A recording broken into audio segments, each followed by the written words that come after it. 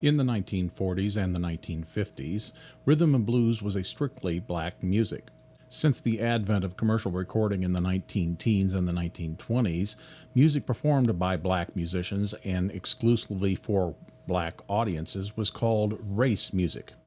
In the late 1940s and the early 1950s, rhythm and blues began to gain a large new mass audience. The white teenage audience of this era was searching for a new identity, and they found it through the purchase of black rhythm and blues recordings. An economic boom after World War II and the Korean War had established the teenage white audience as a new fiscal or financially identified group. Record companies took advantage of this by targeting this new young audience.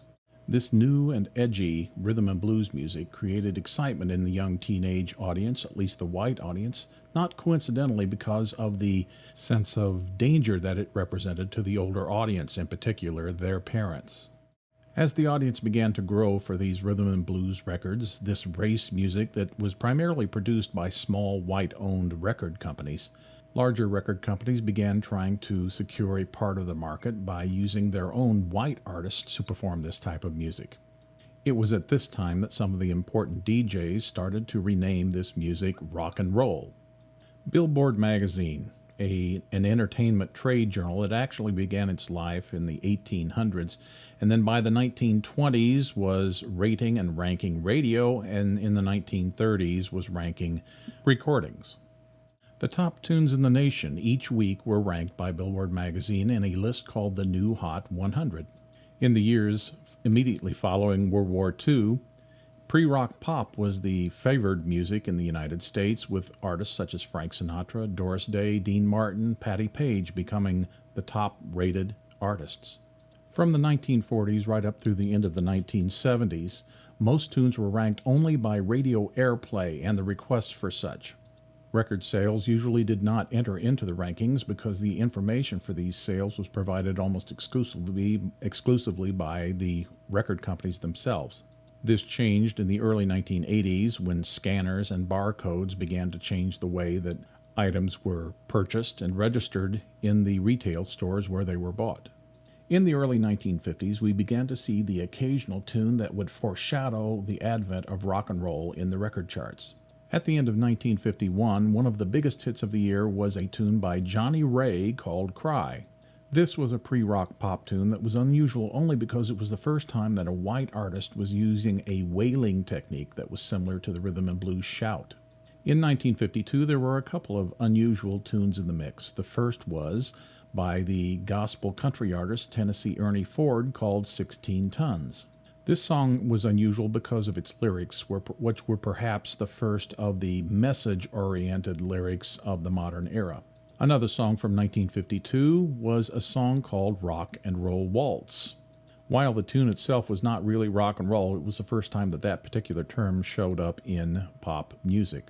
It was also in 1952 that we mentioned previously that Bill Haley first put out the tune Rock the Joint, which was not in itself a tune that reached the charts, but was a big enough hit to probably be called the first hit rock and roll tune.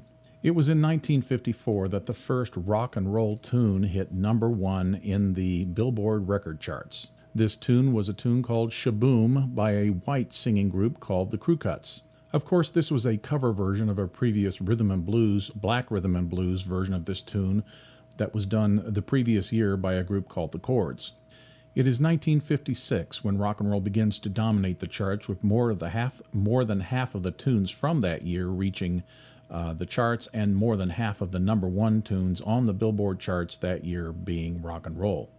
By the mid-1950s, teenagers had managed to establish themselves as a very important class of individuals in a fiscal manner. They had created a financial identity for themselves. In the mid to later 50s, this crowd began to change and wanted to express itself in different ways. By the mid to late 1950s, teenagers began to try to express themselves in a more romantic or even sexual manner. To this point in the 1950s, most of the rock and roll artists were doing much faster, edgier music. But with the young white teenage audience demanding more slow music so that they could dance closer to their partner, a new artist began to emerge in the rock and roll community. The crooner, or the teen idol, began to make its way onto the scene. Elvis was still the king, and he had the advantage of being able to shout or croon successfully. But by 1966, a bunch of new crooners, or teen idols, began to enter onto the market. Names such as Paul Anka, Fabian Forte, Ricky Nelson, Tommy Sands, Bobby Darin, Jimmy Narin, Frankie Avalon began making a mark on rock and roll.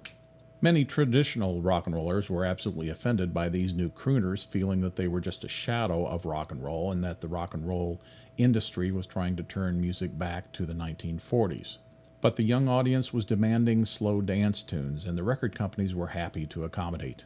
Many of these teen idols were one-hit wonders, basically coming up with one big hit tune and the rest of their career being based primarily upon the popularity of the one-hit tune.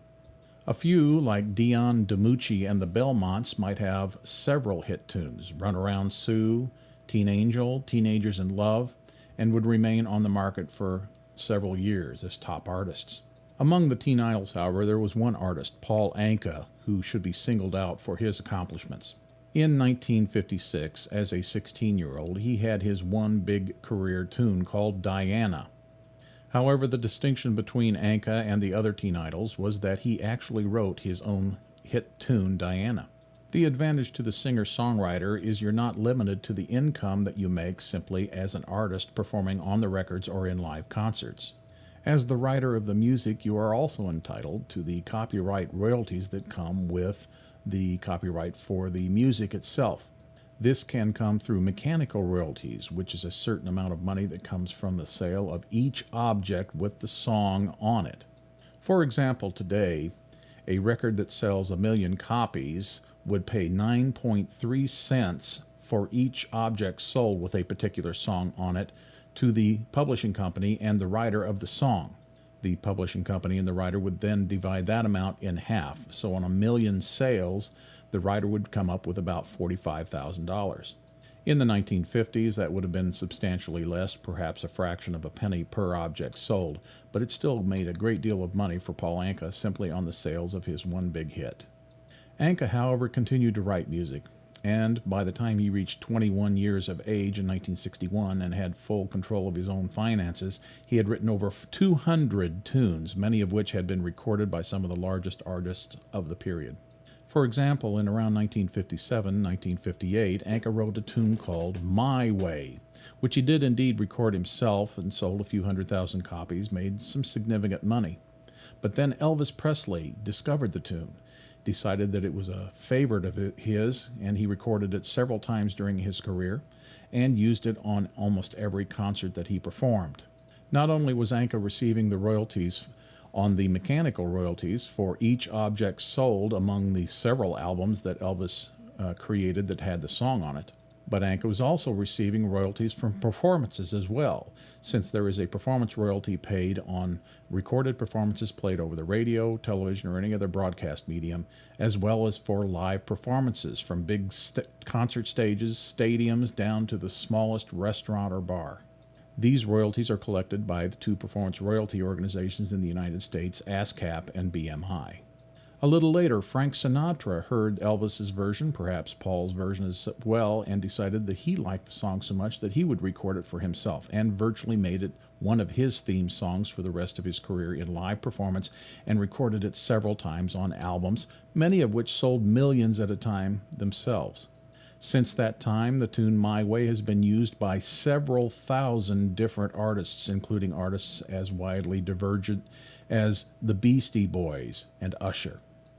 In terms of the dollars of the 1950s, even if they were not translated strictly into today's dollars, Paul Anka is simply one of the most successful musician businessmen ever in the business. The teen idol era continued right alongside rockabilly and early rock and roll right up until around 1964, when the Beatles came onto the scene and completely changed the culture of rock and roll.